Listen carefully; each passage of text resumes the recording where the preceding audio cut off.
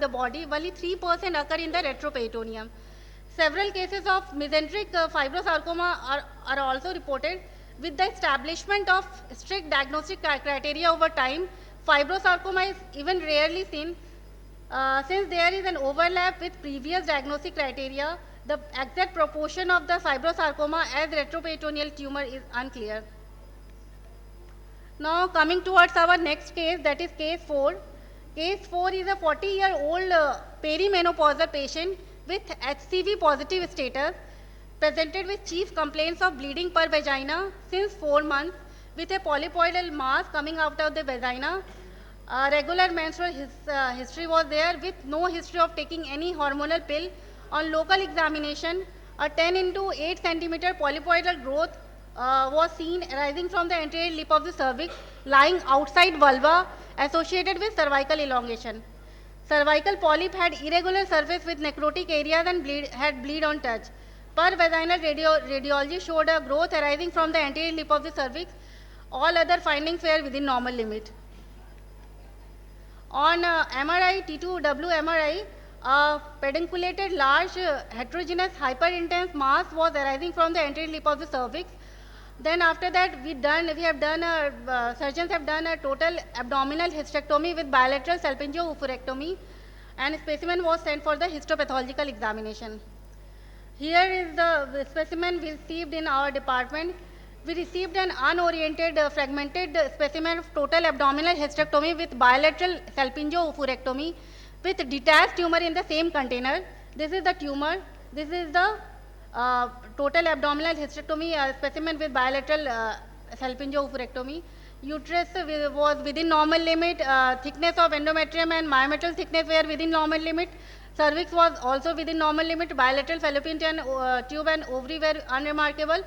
And this tumor mass that was sent separately in the same container was an ulceroproliferative tumor, which was sent separately in the same container, measuring 10 into 8 into 4 centimeter.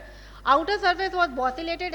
Here you can appreciate the bossellations in the outer surface with ulceration and sloughing at places. Cut section showed a flashy tan yellow homogeneous areas with areas of hemorrhage. This is the area of hemorrhage. Most of the areas were yellow in color. This is the scanner view and low power view of the endometrium, showing the normal endometrial glands in proliferative phase. Here you can appreciate, sorry.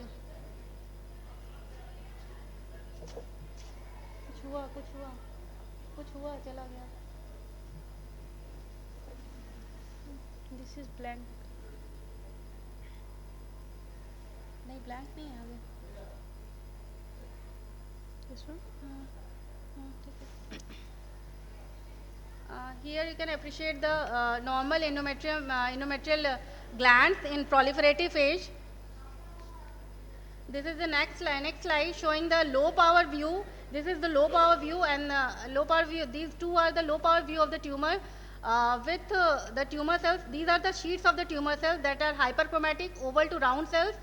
But the overlying surface was covered by cuboidal to low columnar lining epithelium that is of endocervical lining, with a few areas showing the areas of surface denudation and sloughing out areas.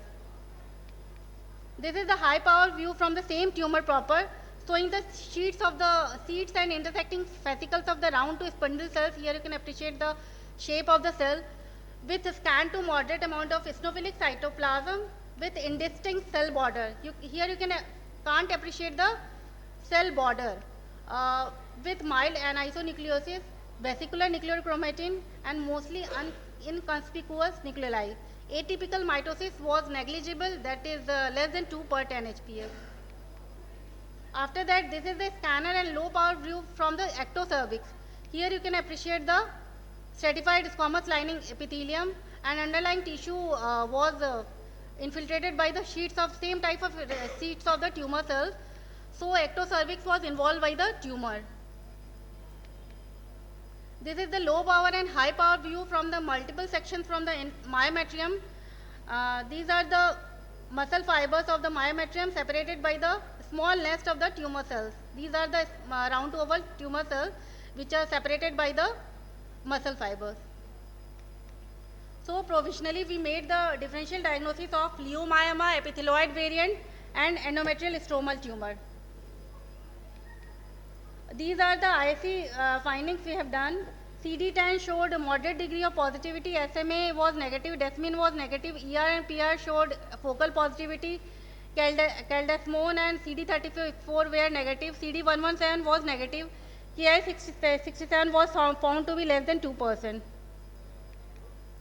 So on the basis of ISC, diagnosis made was endometrial stromal tumor. But for further classifying it into a tumor type, we should know the recent updated WHO classification of endometrial stromal tumor. According to recent updated classification, there are 4 types of endometrial stromal tumor. First is endometrial stromal nodule, but for this mitosis should be less than 5 per 10 HPS. There should be no myometrial invasion. And second is low-grade endometrial stromal sarcoma. Mitosis should be less than 5 mitosis per 10 HPS with myometrial invasion. And high-grade endometrial stromal sarcoma, for this diagnosis, we should get mitosis of more than 10 mitosis per 10 HPS with gross myometrial invasion with areas of hemorrhage and necrosis. Fourth is undifferentiated endometrial sarcoma. For diagnosing this, we should get very high mitotic rate with severe nuclear pleomorphism, gross myometrial invasion with necrotic areas, lack of smooth muscle and endometrial stromal cell differentiation should be there. So finally, the diagnosis made was low-grade endometrial stromal sarcoma of endocervix, that is locally infiltrating ectocervix and myometrium. Pathological stage was PTNT1B NX-MX. As we have not get any lymph node, so it's NX. This case has already been published as low-grade endometrial stromal sarcoma of endocervix in Annals of Clinical Case Reports.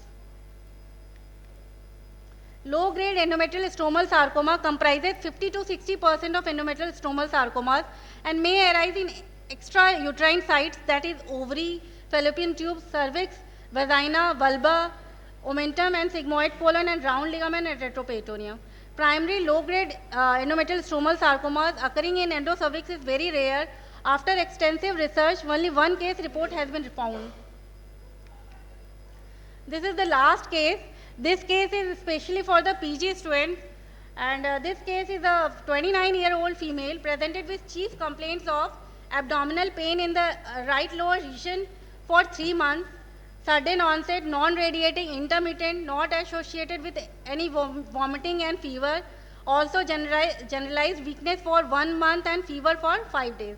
On CECT, a thin-walled oval bilocular cystic lesion was seen measuring 6.7 into 5.2 into 4 centimeter, that is mildly compressing inferior vena cava and superiorly compressing third part of the duodenum. By in-block resection, cyst was completely removed and sent for the histopathological examination. This is the gross picture showing the cystic globular tissue measuring 6 into 4 into 4 centimeter. External surface was congested and cut surface revealed a multilocular cyst. Here you can appreciate the multilocular cyst.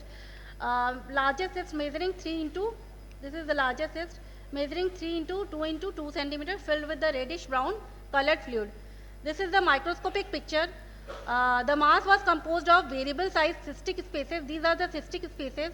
These are lined by flattened endothelium. These are the flattened endothelium.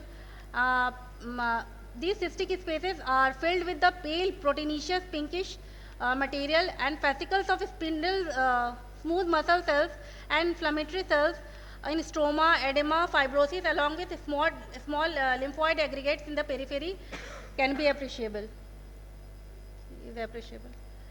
On ISC, we got CD31 positivity in the cystic lining of the endothelial cells. Here you can appreciate the positive CD31. So the mass did not stain for the broad spectrum EMA CK56, thereby ruling out any possibility of mesothelial nature of the cyst. The smooth muscle were negative for HMB45 and CD117, so angiolipoma was ruled out. So on the basis of histopathology and ISC, we came to the final diagnosis of retroperitoneal lymphangioma. sent for publication in IGMS journal. There are three types of lymphangiomas known, that is capillary, cystic and cavernous. Retroperitoneal lymphangioma are commonly cystic and cavernous type. In our case, this was a cystic type of retroperitoneal lympangioma. Thank you. But before concluding my presentation, I would like to acknowledge a few of our PG residents, Dr. Devadityo, Dr. Ayushi, and Dr. Amresh for helping me out in making this presentation. Thank you so much. Thank you, Dr. Goody. That was a really interesting compilation and very comprehensively presented. So now I open the house for any questions regarding all the cases.